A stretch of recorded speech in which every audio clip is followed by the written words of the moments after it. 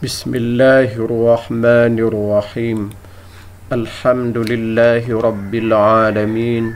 Wassalatu wassalamu ala ashrafil anbiya'i wal mursalin wa ala alihi wa ashabihi ajma'in. Rabbi shrah li sadri wa yassir li amri wahlul 'uqdatam min lisani yafqahul qawli. Amma ba'd. Alhamdulillah, bersyukur kita kepada Allah Subhanahu wa taala kerana diberi kesempatan untuk mempelajari mata pelajaran balaghah yang menjadi muqarrar untuk peperiksaan CJ Tinggi Agama Islam. Kita mulakan pertemuan ini dengan membicara perkara yang berkaitan dengan qasr. Babul qasr.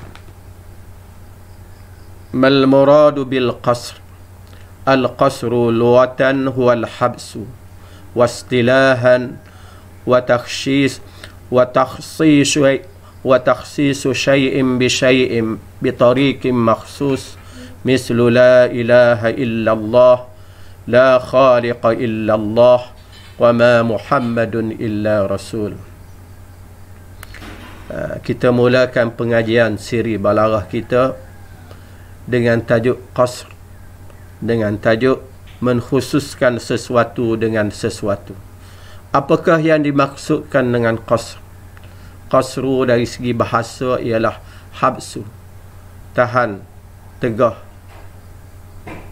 ataupun kepun sesuatu daripada merebak ke tempat yang lain, menahan sesuatu daripada merebak ke tempat yang lain. Dari segi istilah ulama balaghah pula ialah mengkhususkan sesuatu dengan sesuatu, yakni mengkhususkan sesuatu sifat kepada zat tertentu ataupun mengkhususkan zat atau mausuf dengan bersifat dengan sifat yang tertentu bitariqim makhsus, dengan cara yang tertentu. Sebagai contohnya, la ilaha illallah, tiada yang memiliki sifat ketuhanan melainkan Allah Subhanahu wa taala sahaja. Yang berhak menjadi Tuhan hanya Allah Subhanahu wa taala sahaja. La khaliqa illallah, tiada yang memiliki sifat mencipta melainkan Allah Subhanahu wa taala. Hanya Allah yang bersifat mencipta sesuatu. Wa ma Muhammadun illa rasulullah. Wa ma Muhammadun illa rasulun. Tidaklah Nabi Muhammad sallallahu alaihi wasallam itu melainkan ia bersifat dengan sifat seorang rasul, di mana sifat Rasul sallallahu alaihi wasallam ialah sifat kerasulan ialah adanya kewafatan, adanya kematian. Nabi Muhammad sallallahu alaihi wasallam wafat sebagaimana wafatnya rasul-rasul sebelum ini. Huraian mengenai ta'rif. Apakah yang dimaksudkan dengan takhsis pada ta'rif yang kita sebut tadi? Yang dimaksudkan dengan takhsis ataupun mal muradu bit takhsis fi ta'rif. Al muradu bit takhsis wa thubuti syai' ats-tsani duna ghairihi lisyai'il awwal. Yang dimaksudkan dengan takhsis pada ta'rif di atas ialah sabitnya, tetapnya sesuatu benda yang kedua itu bukan benda yang lain selain pada yang kedua kepada benda yang pertama. Tetapnya benda yang kedua kepada benda yang pertama. Seperti tetapnya Allah Subhanahu wa taala bersifat dengan sifat ketuhanan. Allah Subhanahu wa taala syai'ul tsani, sifat ketuhanan adalah syai'ul awwal.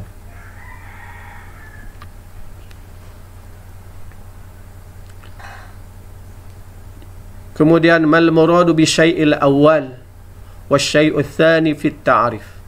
Apakah yang dimaksudkan dengan syai'ul awal dan syai'ul tsani pada ta'rif di atas? Al muradu bil lafzil awal sifat awil mausuf, wal muradu bi syai'il tsani mausuf aw sifat. Fa idza kana syai'ul awwal sifat kana syai'ul tsani mausuf wal aksu sahih, mithlu la khaliqa illa Allah wa ma Muhammadun illa rasul. Apakah yang dimaksudkan dengan sesuatu yang pertama? Yang dimaksudkan dengan sesuatu yang pertama pada takrif di atas ialah sifat ataupun maksuf ataupun mausuf, tuan kepada sifat. Wal murad, dan yang dikehendaki dengan syai'in tsani pula tuan kepada sifat ataupun sifat. Fa idza kana syai'ul awwal, sekiranya benda yang pertama itu sifat, maka benda yang kedua sudah tentulah mausuf. Begitulah sebaliknya. Jika benda yang pertama itu mausuf, maka benda yang kedua mestilah sifat. Kerana dalam babul qasri ini, dalam bab tajuk mengkhususkan sesuatu dengan sesuatu ini, kita mengkhususkan sifat kepada mausuf ataupun mengkhususkan mausuf kepada sifat. Contohnya la khaliqa illallah, tiada yang bersifat dengan sifat mencipta melainkan Allah Subhanahu wa taala. Benda yang pertama di sini ialah khaliqun. Khaliq adalah sifat, maka sudah tentulah benda yang kedua mausuf. Allah adalah mausuf. Wa ma Muhammadun illa rasulun, tidaklah Nabi Muhammad melainkan ia seorang yang rasul. Benda yang pertama di sini Nabi Muhammad sallallahu alaihi wasallam, ianya adalah sifat, ianya adalah mausuf, maka sudah tentulah benda yang kedua merupakan sifat, iaitu rasul, sifat kerasulan. Kemudian apakah dia yang dimaksudkan dengan tariqun makhsuf pada ta'rif? Mal muradu bi tariqin makhsusin fi ta'rif. Al muradu bi tariqin makhsusin huwa istikhdamu ahadi turukit takhris, ahadi turukil takhsis fi jumlatil qas, mislu an-nafi wal istisna, innama al-'atf bibal أو بلكن أو بلا، التقديم ما حقه التأخير، التوسط ضمير الفصل وغير ذلك من طرق التخصيص. Apakah yang dimaksudkan dengan cara-cara mengkhususkan sesuatu kepada sesuatu, sebagaimana yang disebut di ta'rif di atas? Yang dimaksudkan dengan tariqul maksud, ia mengkhususkan sesuatu dengan cara tertentu itu ialah istikhdam, menggunakan salah satu cara-cara mengkhususkan pada jumlah khasas, pada ayat mengkhususkan sesuatu dengan sesuatu. Contohnya, cara-caranya ada banyak, ada berbelah-belah cara mengikut ulama balaghah. Sebagai contohnya, kita menggunakan cara penafian, kemudian dikecualikan daripada penafian tersebut, ataupun dengan penggunaan innama, hanya saja, ataupun dengan penggunaan huruf ataf, bal, bahkan, akan, tetapi, la, tidak, ataupun mendahulukan benda yang sepatutnya duduk di belakang, tapi kita letak dia di hadapan, ataupun kita letakkan dhamirul fasl, letakkan dhamir dhamir yang mengasingkan di antara dua benda yang lazim melazimi antara satu sama lain, ataupun cara-caranya yang lain lagi. Ada beberapa cara lagi. Itu sebagai contoh saja. Jadi yang dimaksudkan dengan cara tertentu di sini ialah seseorang itu menggunakan cara-cara yang disebutkan tadi dalam mengkhususkan ayat, dalam mengkhususkan sesuatu, bersifat dengan sesuatu. Baik. Taqyidut takhsis bi tariqil makhsus. Limadha quyida takhsis bi tariqil makhsus? Kenapa dikaitkan pengkhususan itu, mengkhususkan sesuatu dengan sesuatu itu dengan cara-cara tertentu?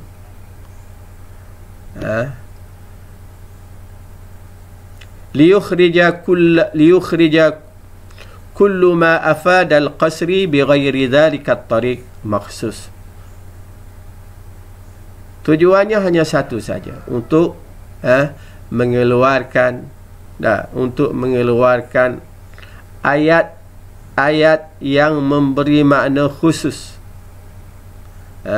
tetapi ianya tidak menggunakan cara-cara yang disebut oleh ulama balaghah, yang tidak disebut yang bukan menggunakan cara-cara yang disebut oleh ulama balaghah, tapi dari sudut makna ianya juga ia memberi makna khusus, memberi makna sesuatu itu bersifat khusus dengan benda itu saja.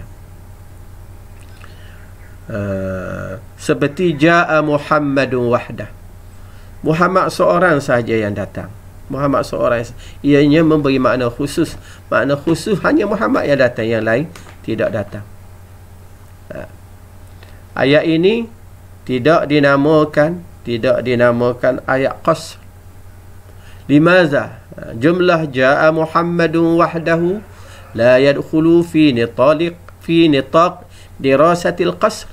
Jika ditanya, kita jawabnya, lianna at-takhsisa fiha lam yatimmu bitariq min turukil qasril ma'hudat.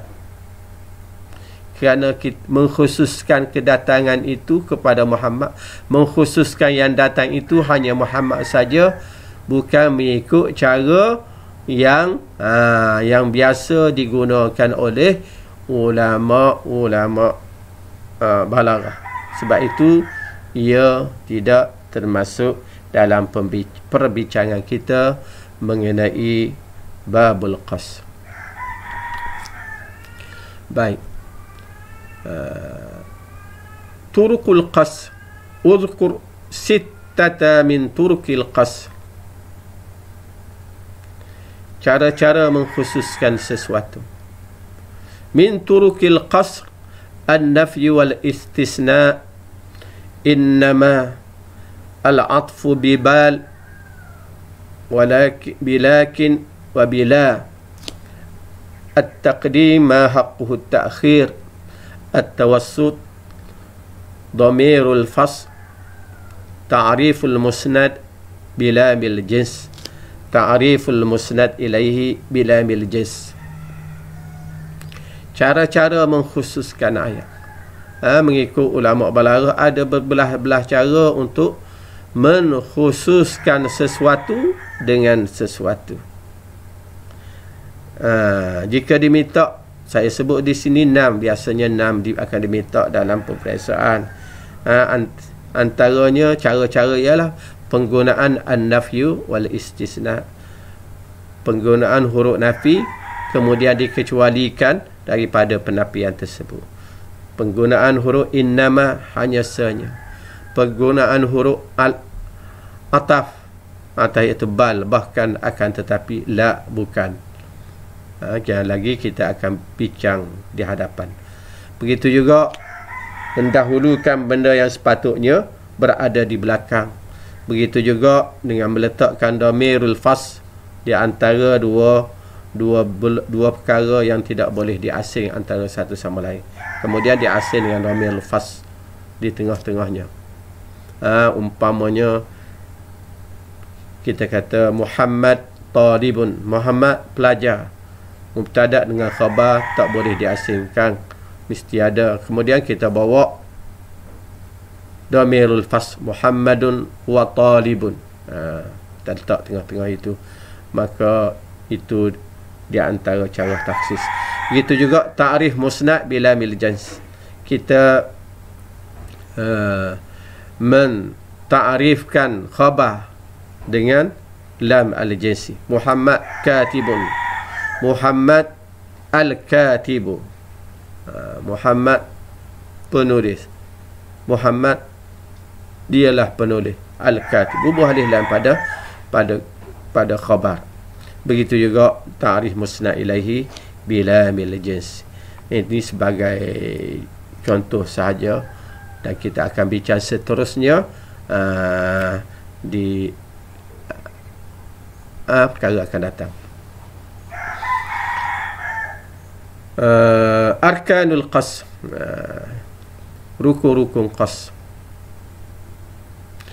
Uzkur arkanal qasri, arkanuha atau arkanuhu salasatun.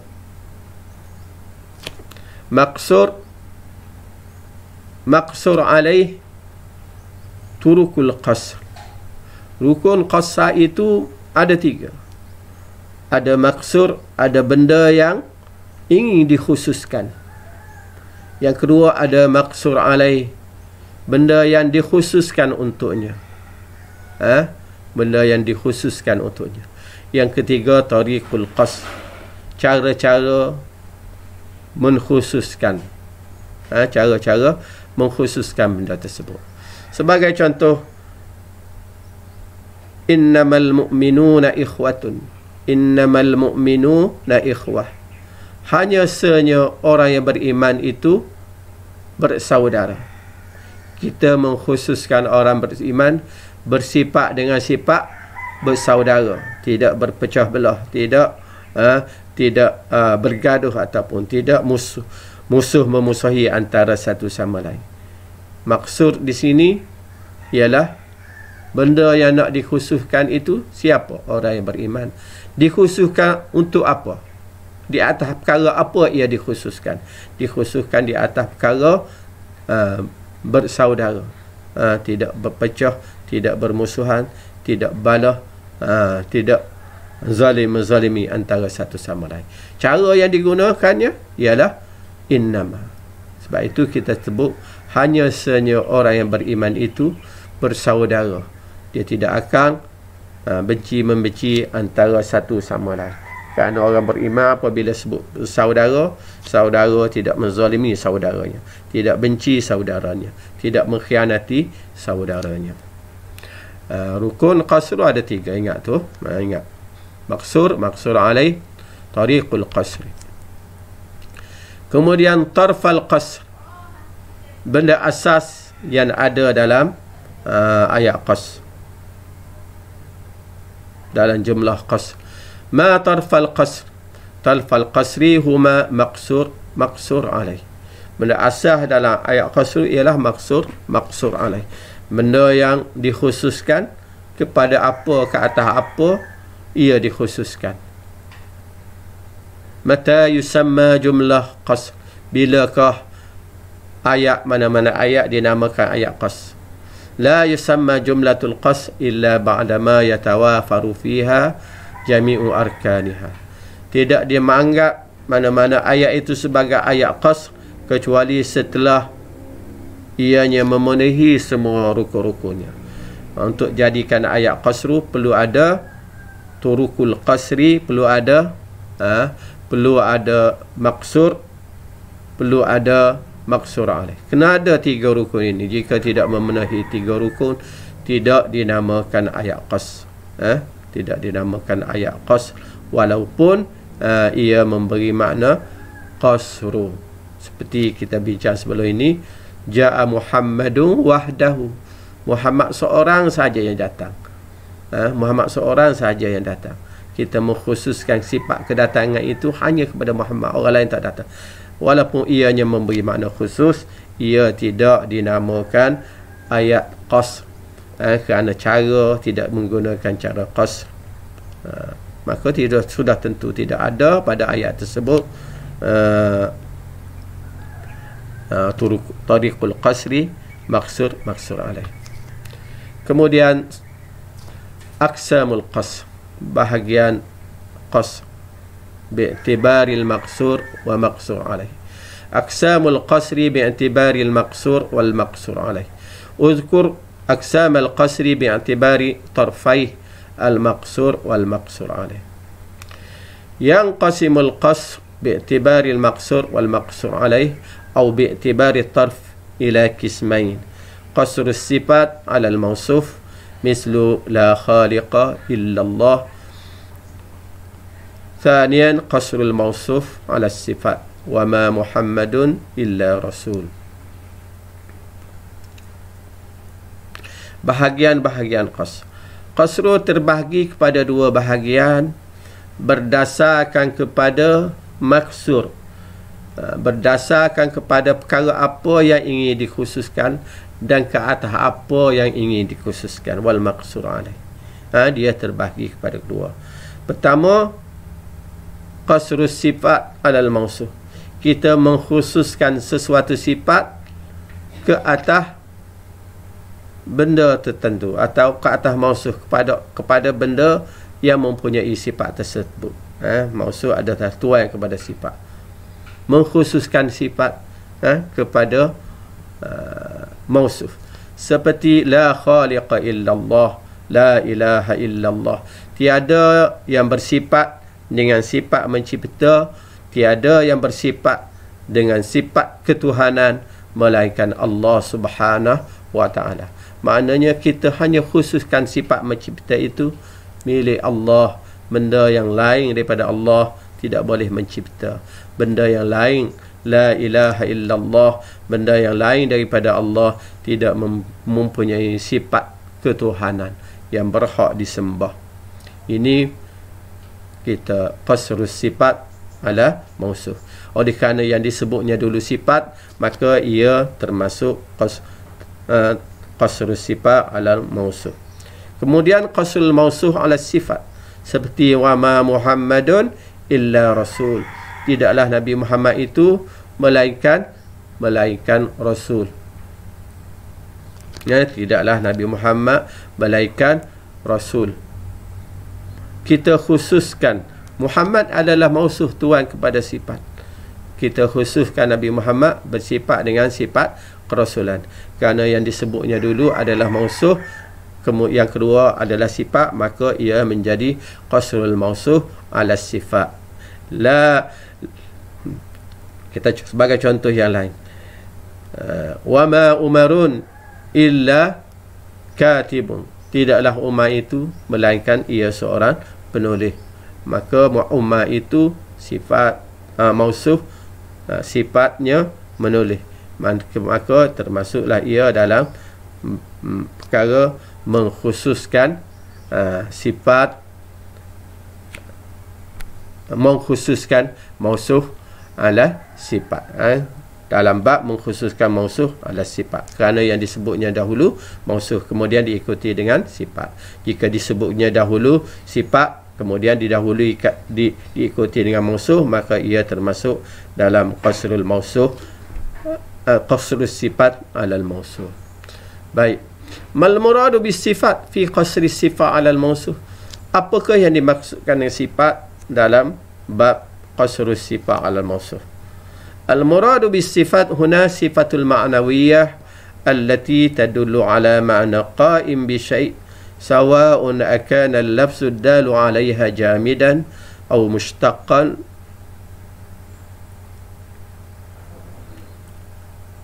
aw mushtaqan fi'lan aw ghairu zalik. Yang dimaksudkan dengan sifat pada qasrus sifat ala mausuf ialah sifat di sudut makna, yang berada pada sesuatu zat. Sifat di sudut makna yang berada pada sesuatu zat, bukan masuk sifat di sudut lafaz.